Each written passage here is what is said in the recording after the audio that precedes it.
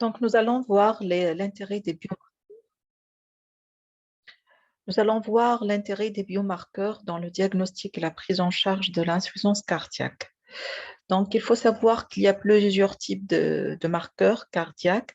Les trois types de biomarqueurs de l'insuffisance cardiaque sont les marqueurs de l'inflammation, qui sont peu spécifiques, les marqueurs de nécrose et de l'ischémie, et les marqueurs hémodynamiques, les marqueurs neurohormonaux. Pour les marqueurs de l'agression, on les connaît très très bien.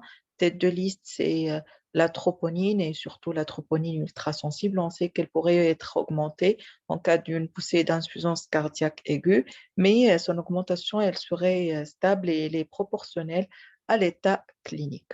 D'autres biomarqueurs qui sont moins bien connus, qui sont chers et qui ne sont pas faciles à réaliser. Les indicateurs de la réponse inflammatoire, la CRP, les interleukines, les cytokines sont peu spécifiques. Les médiateurs neurohormonaux, on sait qu'il y aura une activation de deux systèmes vasoconstricteurs, le système rénine-angiotensine avec augmentation de l'activité rénine plasmatique et angiotensine 2, et le système adrénergique avec l'augmentation de l'activité des catécholamines. Les médiateurs neurohormonaux secondaires à l'augmentation de la tension, de la pression pariétale, essentiellement les peptides natriurétiques majeurs. On connaît trois, le peptide atrial natriurétique, le peptide natriurétique C, d'origine endothéliale, et il y a le brain natriuretic peptide, le BNP d'origine cardiaque. C'est le plus spécifique de la dysfonction ventriculaire et c'est le plus utilisé dans le diagnostic et le suivi des patients. Donc, il est libéré à partir des granules de stockage par étirement des cardiomyocytes et sa sécrétion elle est secondaire à l'élévation du stress pariétal en cas de surcharge en pression ou en surcharge en volume. Le système des peptides natriurétiques a été découvert en 81 et ça a commencé avec l'ANP qui est sécrétée par les oreillettes, mais cette substance, en fait, elle est de demi-vie courte, c'est pourquoi on ne l'utilise pas fréquemment. Le deuxième, c'est le BMP, qui est une hormone qui fut initialement mise en évidence dans le cerveau du porc, c'était en 88, et c'est d'où son nom initial de Brain Natriuretic Peptide, mais vraiment son nom il prête à confusion, il n'y a aucun rôle dans la physiologie cérébrale.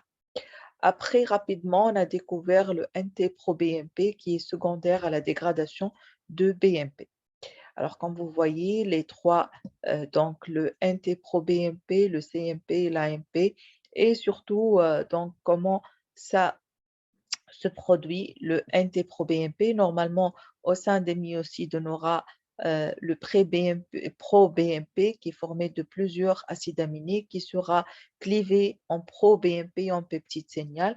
Puis ce pro-BNP il sera sécrété dans le sang et il va être clivé en NT-proBNP. C'est une forme inactive qui va être éliminée dans les urines et la forme active, c'est le BNP. C'est une forme qui sera éliminée par des endopeptidases, c'est-à-dire des enzymes de dégradation au niveau du rein et au niveau de leurs récepteurs.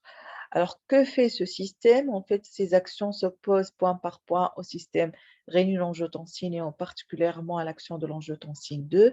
Donc, ce système va être à l'origine d'une vasodilatation, diminution de la pression artérielle, du tonus sympathique, de la sécrétion d'aldostérone, une action antifibrosante, une diminution de l'hypertrophie des cellules musculaires et une action diurétique et natriurétique. Donc, comme vous voyez, les différentes actions de ce système se manifestent au niveau du système sympathique, au niveau des cellules musculaires, au niveau du rein et de la surrénale, et surtout l'action antifibrosante au niveau du cœur. En plus de l'amélioration de la fonction endothéliale, mobilisation des lipides, diminution de la glycémie, amélioration de la fonction rénale. Alors, sur le plan pratique, qu'est-ce qu'il faut doser? Est-ce qu'il faut doser le BMP ou le NT-proBNP? Donc, si on compare les deux, le BMP, c'est la forme active qui donne tous les effets bénéfiques. Le NT-proBNP, c'est plutôt une forme de dégradation non active. La durée de vie du BMP, c'est 20 minutes. Celle du NT-proBNP, c'est 90 minutes, donc il est plus stable. L'élimination, elle est rénale pour le NT-proBNP. C'est pourquoi, en général, il pourrait être augmenté par insuffisance rénale.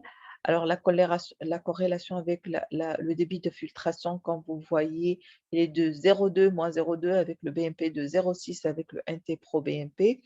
Ça augmente avec l'âge pour les deux, surtout avec le NT-proBNP. Alors, la méthode de dosage, elle est plus simple pour le BMP, elle est plus rapide, 15 minutes pour le BMP, 45 minutes pour le NT-proBNP. Et la stabilité, comme je viens de dire, elle est excellente, surtout pour le NT-proBNP.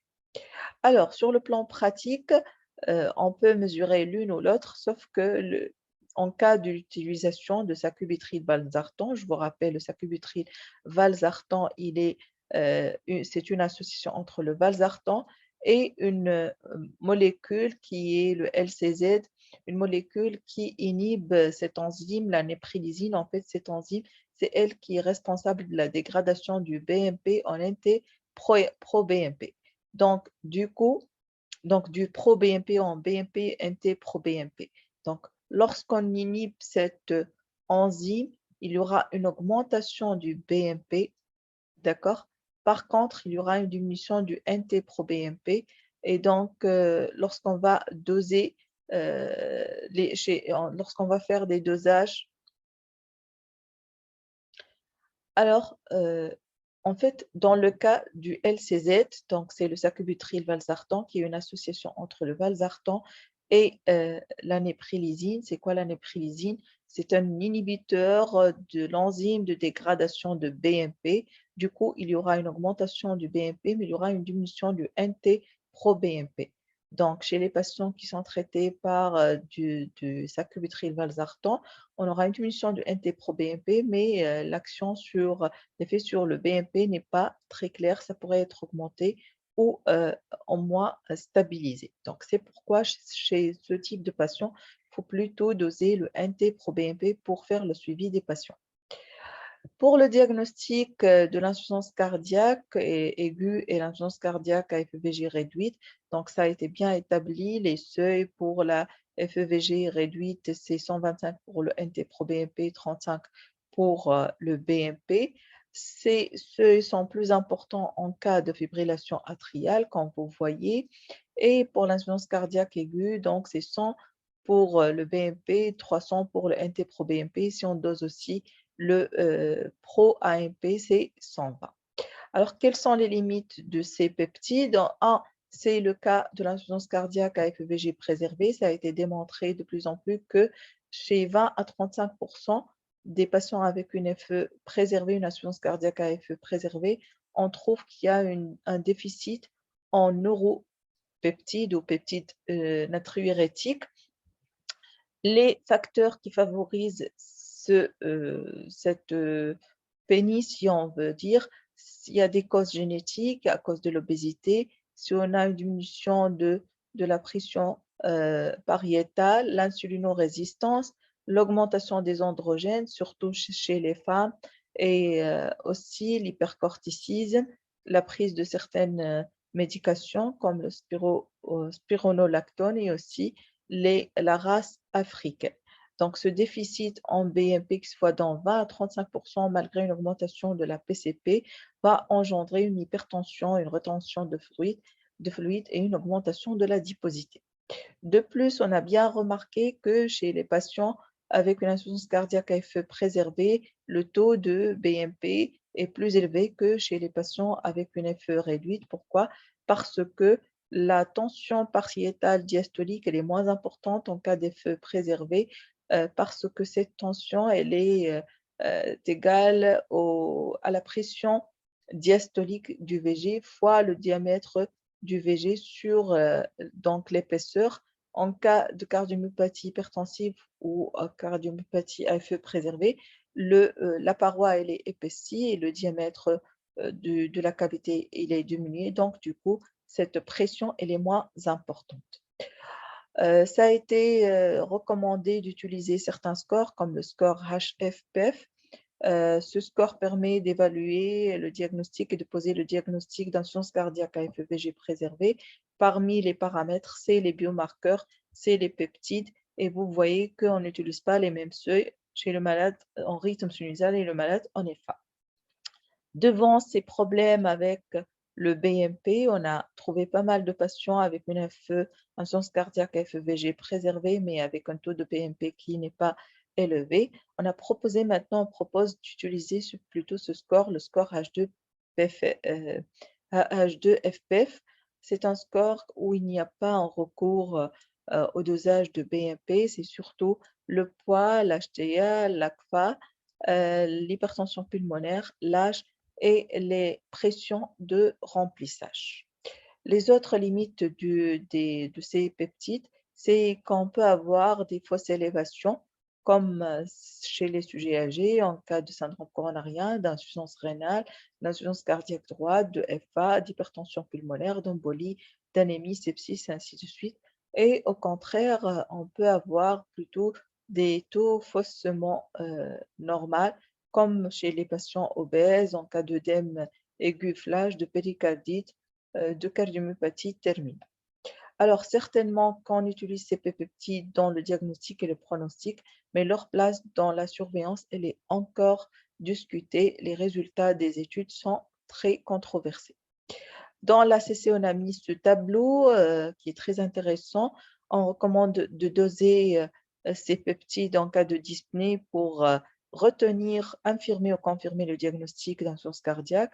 Chez les malades avec insuffisance cardiaque chronique, pour stratifier le risque. En cas d'hospitalisation pour insuffisance cardiaque aussi pour le pronostic et le risque. Chez les patients qui risquent de développer une insuffisance cardiaque dans le cadre de dépistage et de prévention de développement de cette insuffisance cardiaque. Chez les malades hospitalisés pour insuffisance cardiaque, aussi on peut doser ces marqueurs avant la décharge pour le suivi ultérieur, mais ça reste une indication classe 2A.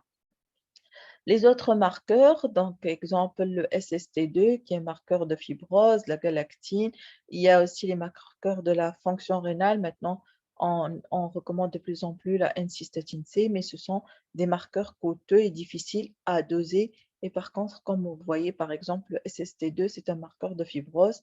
Ce n'est pas une hormone, donc il agit au niveau du remodelage et il sert pour le pronostic et le suivi.